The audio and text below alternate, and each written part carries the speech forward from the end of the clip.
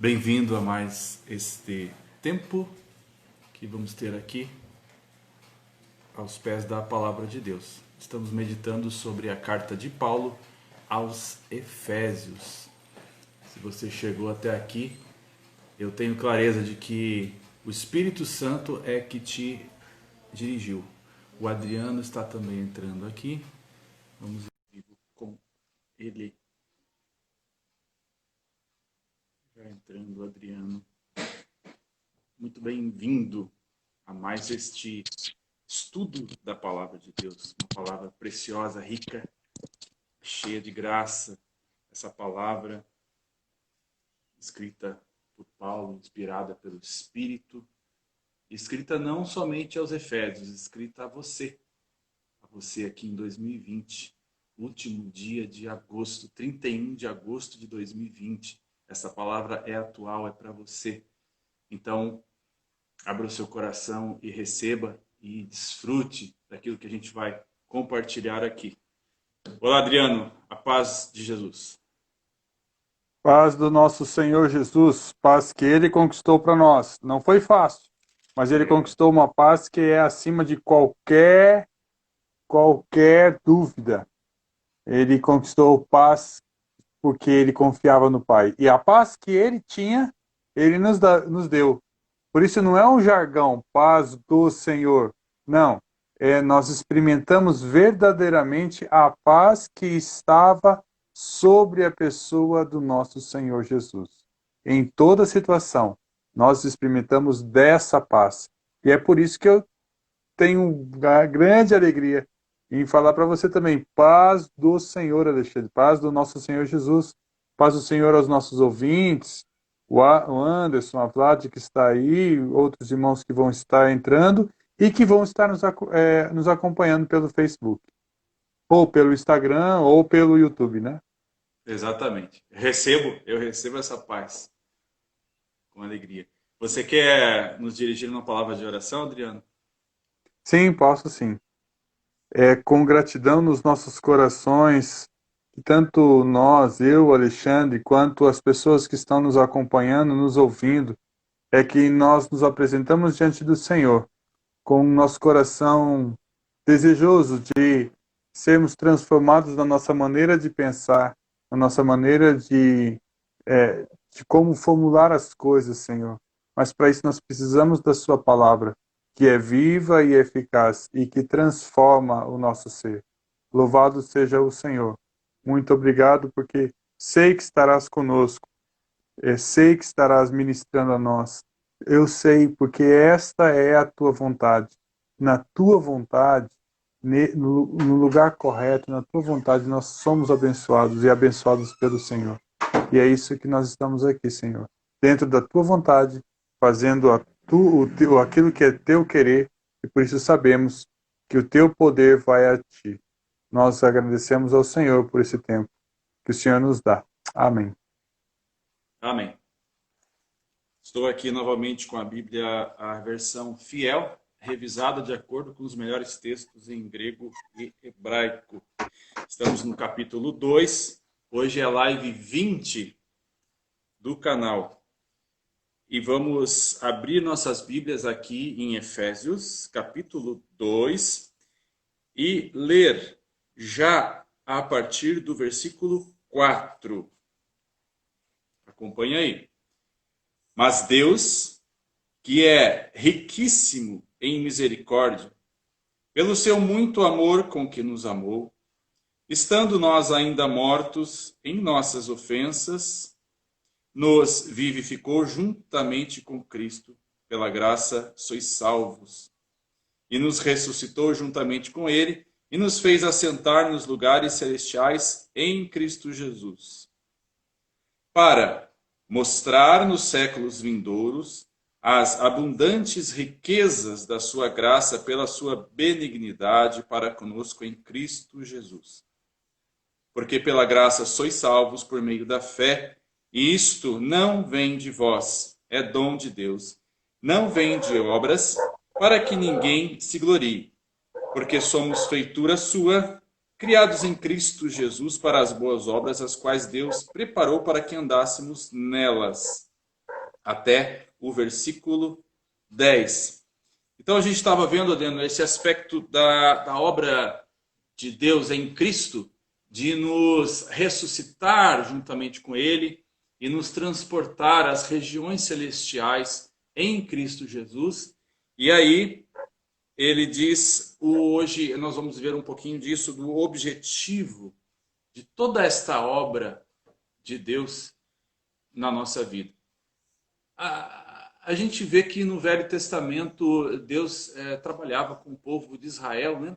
Mas ele não estava restrito apenas ao povo de Israel, ele também queria que Israel fosse um testemunho dele às nações. Eu não diria que Israel falhou, né? Mas na verdade Israel não entendeu muito bem, não manifestou isso a todas as nações. E, inclusive, quando veio o Messias, eles não reconheceram, eles estavam cegados por aquele espírito de estar presos à letra, né? Aquela questão ali amarrados ao texto e não compreenderam. Mas, enfim, isso é um plano de Deus também, porque Romanos revela que o endurecimento veio em parte a Israel, para que a plenitude dos gentios haja entrado. Então, isso tudo é plano de Deus, não fugiu ao controle dele, está no controle dele. Mas agora, na nova aliança, essa expressão dele para mostrar, e aqui a palavra é eras, ou aion, né? Para mostrar nos séculos futuros. Não fala de um século literal, de um período de 100 anos, não. Fala de nas eras futuras, ou nos aions. Então nós estamos agora, presentemente, na era da graça. E depois, ao fim da era da graça, nós teremos um período de 7 anos de tribulação, depois 3 anos e meio de grande tribulação, para nós entrarmos em outra era, a era do milênio, que é o reino de Cristo estabelecido, visível na terra. Mas então, toda essa obra de Deus em nós é com o objetivo de mostrar nas eras futuras as abundantes riquezas da sua graça. E aqui o texto literal em grego diz as extraordinárias riquezas da sua graça. Quer dizer que não é uma graça apenas suficiente, é uma graça abundante, uma graça maior do que a gente pode imaginar e maior do que a gente precisava, porque é uma graça que supre com abundância aquilo que a gente precisava. Então, esse é o objetivo, Adriano, toda esta obra de Deus. Ele não quer ficar restrito às igrejas, à igreja, às pessoas lá dentro. Não, ele quer mostrar, e mostrar não somente em um período de tempo, mas mostrar pelas eras futuras. E aí nós teremos, além do milênio, a era que se chama a eternidade futura, né? Então, isso é só primeiras coisas. Eu sempre gosto de ter essa visão panorâmica, né? Porque o plano de Deus é muito além daquilo que a gente pode enxergar assim pontualmente na história hoje, né? Ele abrange, ele vai além. E aqui ele está mostrando esse objetivo, mostrar nos séculos futuros o quê? As abundantes ou a extraordinária riqueza da sua graça. Amém. Tem um verso que Paulo exclama, falando assim, Exclama.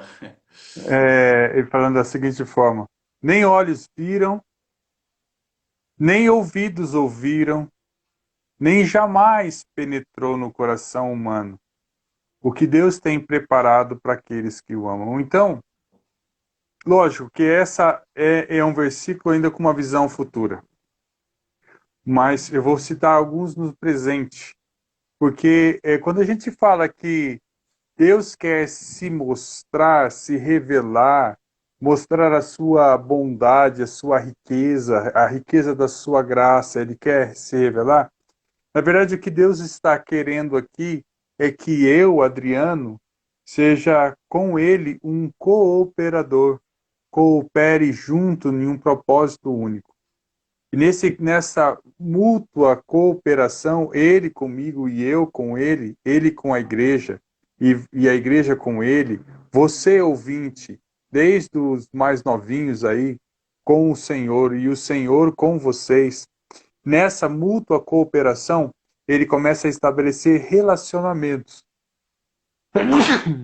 Espirrei aqui.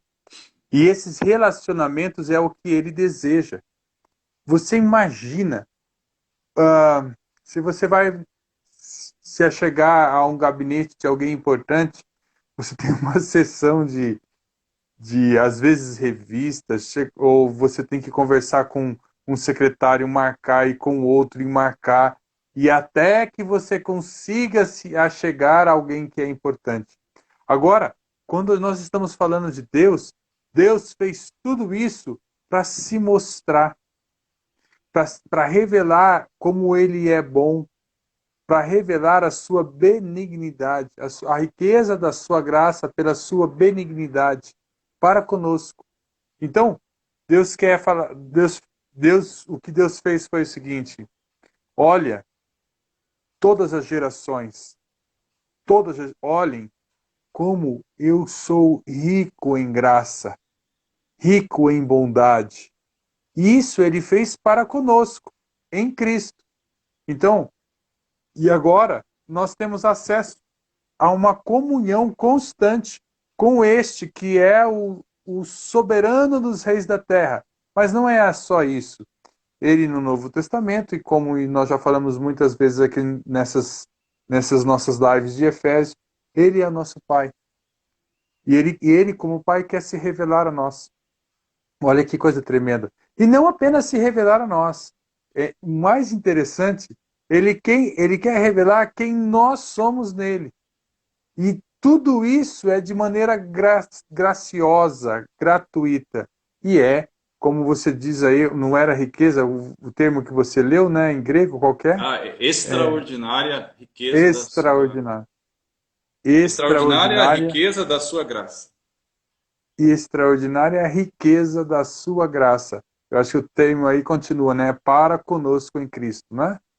Para conosco em Cristo Jesus. Uhum. Para conosco em Cristo Jesus. Então, veja, meu amado irmão, minha amada irmã, veja onde o Senhor nos colocou nele. Olha o propósito disso. Olha como é rico isso, onde ele nos colocou. E agora, nós não estamos aqui para desempenhar um papel apenas terreno ou alguma coisa. Nós estamos aqui para revelar como Deus é bom às pessoas. Como ele é rico em graça. Ele me alcançou. Ele te alcançou. Por isso ele é rico em graça. Para mostrar nos séculos futuros as abundantes ou extraordinárias riquezas da sua graça pela sua benignidade para conosco. Aqui um termo que eu achei muito interessante também, Adriano, que é esse termo aqui, benignidade, é a gentileza, né?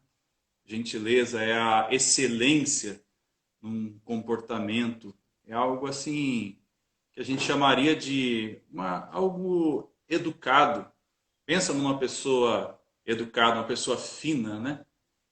Esse é o termo aqui usado para a obra que Deus fez. Foi pela sua gentileza, foi pela sua bondade. Sabe? Algo que revela assim, eu fico impressionado, parece uma sutileza, né? Essa gentileza dele. É o termo que aparece aqui. Pela sua gentileza para conosco em Cristo Jesus. E você estava falando muito bem que Deus está se revelando como Pai no Novo Testamento. Ele está revelando que nós somos filhos dele, que nós recebemos toda essa riqueza. E a outra coisa que me chama a atenção e isso tudo é para mostrar, né? Para mostrar para as outras pessoas. Mas isso não é para mim, ou para você, Adriano, ou para você que está ouvindo. É para conosco. Ele fala sempre no coletivo. Esse em Cristo significa que nós estamos inseridos num corpo, num contexto. E aí eu lembro lá de Atos, né? Como é que as pessoas de fora olhavam para a comunidade dos irmãos e elas dizem assim que a igreja caía na graça, na simpatia das pessoas. E as pessoas eram acrescentadas cada dia. Deus ia acrescentando cada dia os que iam sendo salvos, os que iam vendo a obra de Jesus e crendo. Então, o que acontecia? Eles viam o relacionamento, viam a bondade para conosco. Essa bondade, irmão que está nos ouvindo, irmã, não é só para você, é uma bondade coletiva, porque Deus, ele se revela numa relação. Quando ele vai criar o homem, ele não usa o termo como ele usou para a luz, para as estrelas, para as árvores, haja luz e houve luz. Não, ele começa a usar um termo no plural ali. Ele começa a revelar que ele não é sozinho. Ele é Pai, ele é Filho, ele é Espírito. Então ele diz, façamos o homem à nossa imagem conforme a nossa semelhança. Então, esta manifestação da bondade de Deus, da extraordinária riqueza da sua graça, é vista não através do indivíduo, apenas do indivíduo, mas através da relação de muitos que estão em Cristo. Então, quando você manifesta o amor, lembra lá no começo que a gente leu? A fé em Jesus Cristo e o amor para com todos os santos. Então, quando você está recebendo e manifestando amor em um grupo de pessoas para os santos, aí esta riqueza é mostrada para o mundo. Não é apenas que você está sendo abençoado, que você ganhou um carro de Deus, que você ganhou um emprego, que você ganhou uma casa, que você ganhou um apartamento, que você teve uma promoção na sua empresa, que você recebeu uma bênção, daí Deus é visto. Não, Deus não é visto por estas questões. Na verdade, tudo revela a Deus, né? A natureza, a criação, os animais, as plantas, tudo revela a Ele. Mas, para mostrar a abundante riqueza da sua graça, precisa ser para conosco. E é em Cristo, é no corpo, é através desse relacionamento que Ele vai mostrar esta gentileza dEle. Por quê? Quando nós vemos a gentileza que Ele nos outorgou, aí nós vamos manifestar gentileza, bondade uns para com os outros.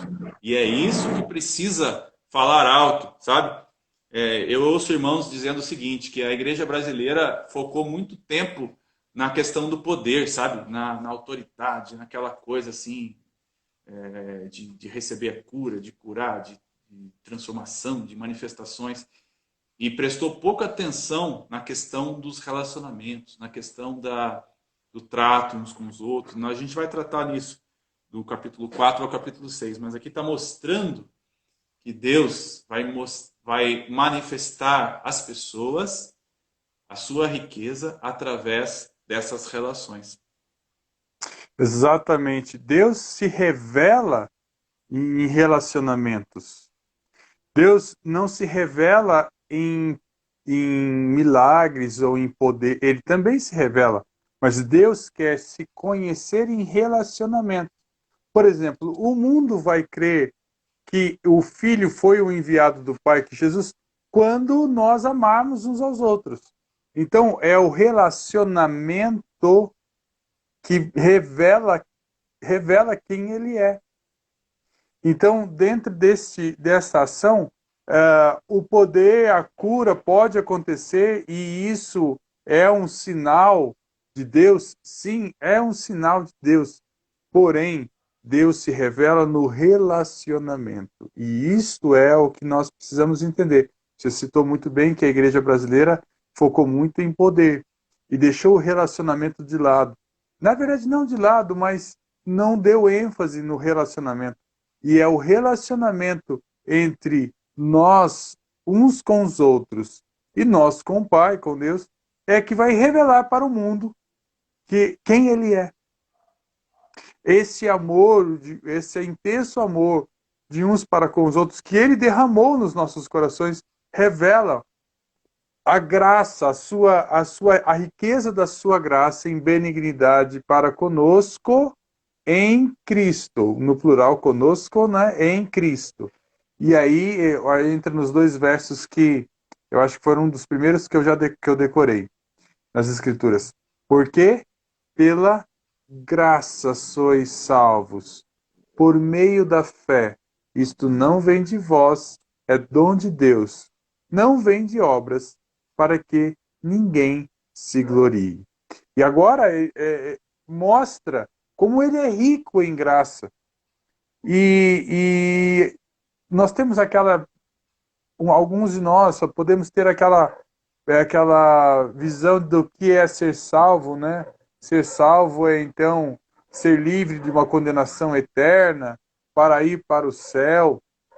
Isso é uma visão muito pobre do que é ser salvo. Ser salvo é ser incluído em um relacionamento com seu Pai Celeste. E é por isso que você é salvo, porque você está em relacionamento com Ele. E agora fala que é pela graça, né? Então, se é pela graça, o que nós devemos fazer? Qual o pagamento que nós devemos ter? Nenhum. Sendo graça, é graça. Mas é por meio da fé. Então eu creio nisso. Então eu creio nisso e isso se torna verdade na minha vida, na minha ação diária. Verdade hoje. Não no futuro, um dia, quando ele vier. Não, agora. Verdade agora. O relacionamento se revela do pai com seus filhos agora, pela graça. Porque somos salvos. A palavra salvação, lógico, que nos livrou da ira, sim, mas ela é muito mais que isso. Ela nos incluiu. Livrar da ira é aquele sentido negativo da salvação, mas vendo pelo lado positivo, nós somos incluídos na comunhão do Pai, do Filho e do Espírito. Nós, igreja, somos um com Ele. Muito bom. E esse versículo é chave, né? Eu penso que todo mundo deve decorar. É chave nos escritos de Paulo. E a igreja, por muitos séculos, teve dificuldade com isso, né? As pessoas vendiam a graça. Quer dizer, aí não era graça, né? Eram chamadas indulgências. Então as pessoas pagavam por salvação e pagavam até pela salvação de quem já tinha morrido. Uma coisa muito estranha. E. Alexandre, Oi. é, tem algumas formas que as pessoas hoje ainda tentam pagar, né? Pois é. Por É, exemplo, tem algumas. Nós podemos citar algumas formas mais sutis, é, né? Que as pessoas tentam pagar por esse relacionamento ou pagar por essa salvação, né? é. E até a questão, né? Por exemplo, se a gente perguntar por que, que você é salvo? Por que você tem certeza? Aí a pessoa pode falar: ah, porque eu levantei a mão em um dia e fui à frente. Quer dizer, é sutil, Ué, né? É sutil. Então, isso é uma quando obra. fala. Isso é uma obra. Ou porque eu oro os dias, eu leio a Bíblia, por isso que você é salvo? Ou porque você trata bem sua esposa, seu esposo, você cria bem os seus filhos? Por que você é salvo, né? Ou porque a gente passa noites em oração, eu tenho certeza da minha, porque eu passo noites em oração, ou eu louvo muito, eu me entrego para o Senhor. Não, a salvação não tem É, absolutamente nada a ver com isso. A salvação ela é gratuita. Ela é gratuita por meio da fé. fé. Um dia me contaram o que Deus fez por mim naquela cruz, na ressurreição. Me contaram essas verdades e eu criei nisso. Eu criei. A fé invadiu meu coração e eu criei. E agora eu estou incluído nesta família. Agora, E até, lógico, só um ponto, Adriano, até essa fé é dom de Deus, né? Então a gente creu por quê? Porque a fé foi disponibilizada, foi entregue, ó, toma a fé aí para você crer. E aí a gente creu. Então é, nem isso, né? Gálatas fala sobre isso, né? Que a fé, a fé do filho. A fé do filho foi me dada. Olha que tremendo. Passando um carro de som aqui. Mas a fé do filho foi me dada para que eu fosse incluído nessa salvação. E aí fala: isto não vem de vós, é dom de Deus. Ou seja, Deus me deu este dom. Deus me deu o dom de crer nele. E esta é a vontade de Deus para todos os homens. O que acontece é que alguns homens rejeitam, mas esta é a vontade dele para todos os homens. Porque por ele são todas as coisas, a Ana estava escrevendo aqui. Exatamente. Exatamente. Então, esta fé é dom dele. É a fé que me faz viver nele, experimentá-lo, tê-lo como pai, ter Jesus como meu irmão mais velho. Não é você, não, meu irmão mais velho, tá? Uhum. Aliás, você é também. Mas tem alguém que é o meu irmão mais velho nesta família, que é Cristo, que é o meu Senhor Jesus Cristo. Isto é espetacular. E ele também é meu noivo. E eu tenho um pai. E nós todos temos um pai. E esta fé que me faz experimentar essas coisas vem de Deus. É dom dele. Exato. E se você que está ouvindo agora, e você tem dúvida de que você é salvo, pare de procurar na sua mente, nas suas emoções, sabe, no seu contexto. Olhe para a cruz, olhe para 2.000 anos atrás e saiba que quando ele foi levantado, ele te atraiu e você morreu junto com ele. E também você ressurgiu junto com ele. E você subiu às regiões celestiais e foi assentado à direita do Pai junto com ele. Junto com ele. Nisso está a nossa salvação, em olharmos para o passado e vermos que nós estávamos lá, estávamos juntos com Ele. Não tenha dúvidas. Ele nos incluiu. Ele incluiu a toda a humanidade. Mas como você estava falando, Adriano, quem rejeita, quem diz não, aí não se apropria do benefício que isso dá. É como se ele estivesse estendendo a nós um presente. Olha, esse é o presente. Tudo que Jesus conquistou na cruz. E se a pessoa diz, não, eu não quero, eu não acredito, eu não posso, eu não mereço, aí a pessoa vai ficar de fora. Mas ele fez isso. Então, Pode falar. pela graça. E então eu queria só comentar o seguinte: desde o início ele queria relacionamento com o homem, porque ele vinha falar com o homem todos os dias. Ele vinha, não era o homem que ia, era ele que vinha falar com o homem todos os dias. Mas houve uma barreira porque o pecado fez um distanciamento, uma parede de separação entre Deus e os homens. Então Deus não podia mais compactuar com o homem por causa dessa barreira que era o pecado. Então ele já tinha providenciado a solução para isso, que era ele mesmo se encarnando como filho. O filho veio, se encarnou, viveu, pagou esse preço para que você novamente tivesse comunhão com ele. Então, veja, Deus sempre quis estabelecer comunhão conosco, sempre. Agora, há homens que não querem comunhão com Deus, porque as suas obras são más. E eles não querem se aproximar da luz, porque na luz tudo vai clarear, e aí vai mostrar que as suas obras são más. No entanto, a graciosidade dele nos redime, nos perdoa, nos limpa e nos faz seus filhos. E é isso que ele quer, esse relacionamento. Mas tem pessoas que preferem dizer não.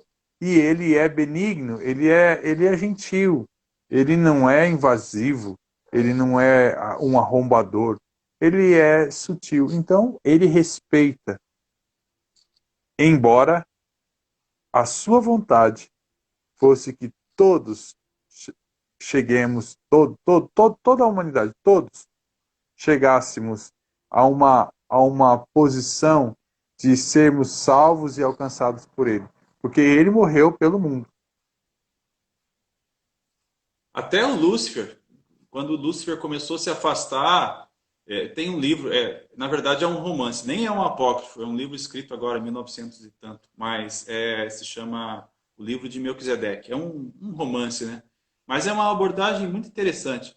Ele relata quando Lúcifer começou a ter ideias, né, de se rebelar contra o pai. Não era tão evidente assim no início. Ele queria lidar tanto com o bem quanto com o mal. Sempre aquela questão, né, que ele propôs para Eva comer da árvore do conhecimento do bem e do mal, ao invés de ficar só com a vida.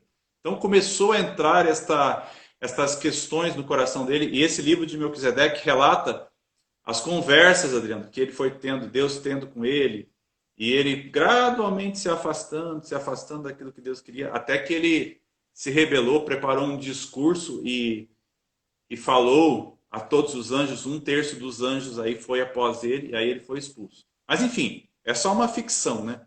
Mas eu acredito que até mesmo com Lúcifer, o pai não queria que ele se perdesse. Afinal, ele foi criado como um anjo de luz, o primeiro anjo, né? Lúcifer, inclusive, significa portador da luz.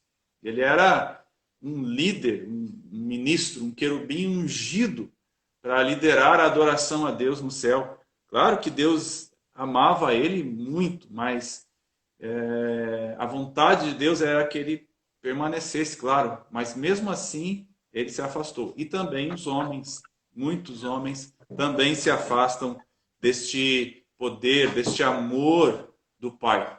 Mas você que está nos ouvindo, creia, esse amor é para você. Você não merece mesmo, mas Cristo merece. E você estava em Cristo. Então, você é herdeiro, co-herdeiro desta bênção, dessa graça, juntamente com Cristo. E o texto aqui continua, só a gente vai entrar em um pequeno aspecto, porque já o nosso tempo já se vai. Diz assim, ó, não vem das obras para que ninguém se glorie. Só esse termo, né? Para que ninguém se glorie. E eu lembro daquele fariseu, né? E daquele publicano que iam orar. E o fariseu orava assim, de si para si mesmo, diz o texto. Graças te dou, ó Deus, porque não sou como os demais homens. Porque eu jejuo, dou o dízimo de tudo, sou bom, cumpridor da lei. E o publicano não. Ele nem ousava olhar para cima e dizia, ser propício a mim, pecador. Então, Jesus falou, qual dos dois desceu justificado para a sua casa?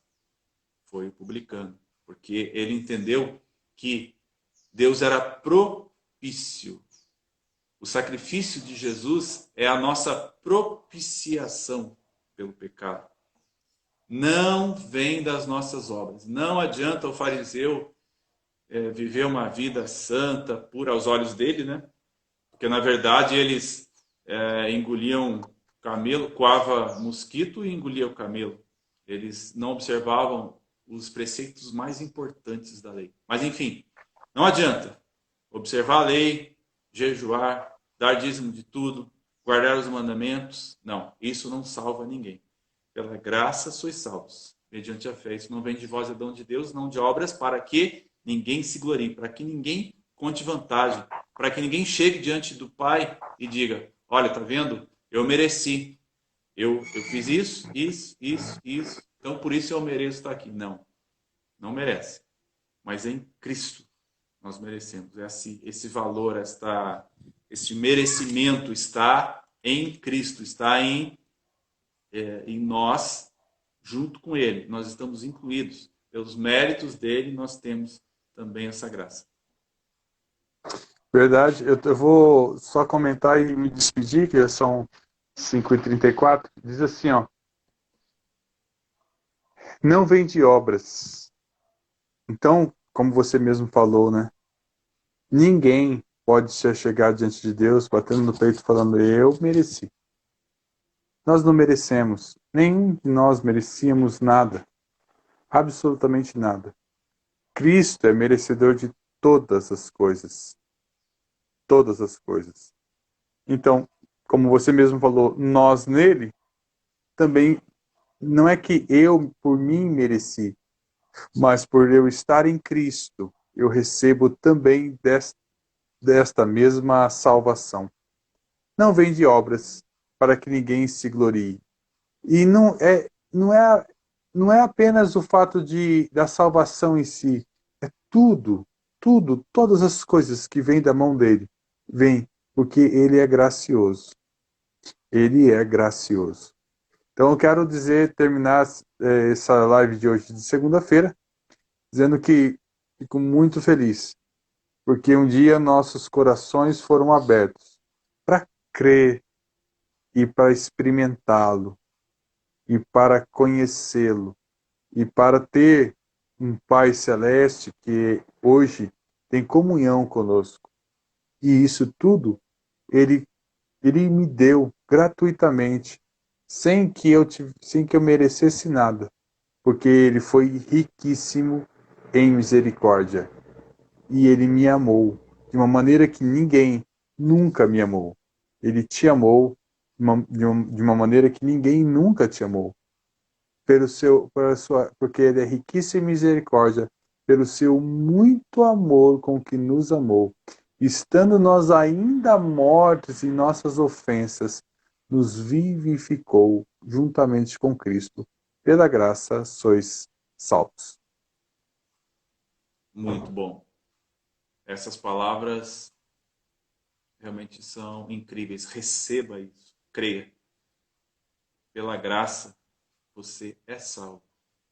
Não vem de você, não vem das suas obras. Não se preocupe. Cristo mereceu. Ele fez tudo certinho. E ele merece. E nós estamos nele. Um grande abraço para você. Compartilhe esta palavra. Assim abençoe outros irmãos. Esteja com a gente na quarta-feira, 17 horas. Tchau, pessoal. Até mais.